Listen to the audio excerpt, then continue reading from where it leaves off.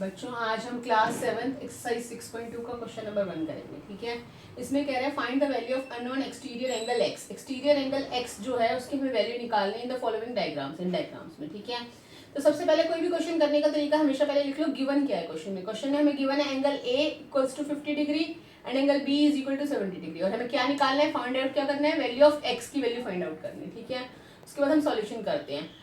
Angle A C D हमारी property होती है an exterior angle of a triangle. Angle A C D क्या है, एक्सटीरियर एंगल। मैंने आपको समझाया था एक्सटीरियर एंगल क्या होते हैं, is equal to the sum of its interior opposite angle. Exterior angle किसी भी ट्राइंगल के जो एक्सटीरियर एंगल है वो उसके अपोजिट इंटीरियर एंगल्स का सम के बराबर होते हैं। यानी एंगल ए सी डी बराबर होगा angle B A C plus A B C. ये लिखना, आपको प्रॉपर्टी लिखना बहुत जरूरी है। ठीक है, नहीं तो मार्क्स नहीं मिलेंगे फुल मार्क्स। तो एंगल ए सी डी की वैल्यू क्या है, एक्स। BAC की वैल्यू क्या है 50, ABC की वैल्यू पुट कर दी 70। ठीक है, जो हमें गिवन है, यानी x बराबर है 50 प्लस 70 आ गया हमारा। ठीक है, 70 प्लस 50 हो गया 120, यानी x की वैल्यू आ गई 120 और हमें वही निकालना था। ठीक है, सेकंड पार्ट करते हैं।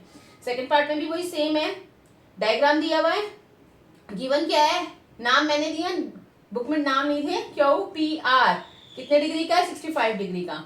PRQ कितने का है, 45 का। पहले गिवन लिख लिया वही, फिर फाइंड आउट लिख लिया, क्या फाइंड आउट करना है, value of X find out करनी है, उसके बाद सॉल्यूशन।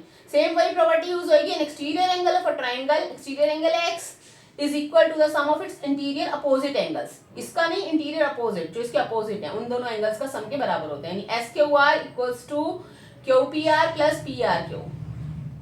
SQR की वैल्यू क्या है, x पुट कर दिया। QPR की वैल्यू क्या है, QPR 65 पुट कर दिया। PRQ की वैल्यू क्या है, 45 पुट कर दी, वैल्यूज पुट की इसलिए। ठीक है, इस प्रॉपर्टी में अब 65 प्लस 45 कितना होता है, 110। तो x की वैल्यू आ गई 110। ठीक है, दैट्स इट।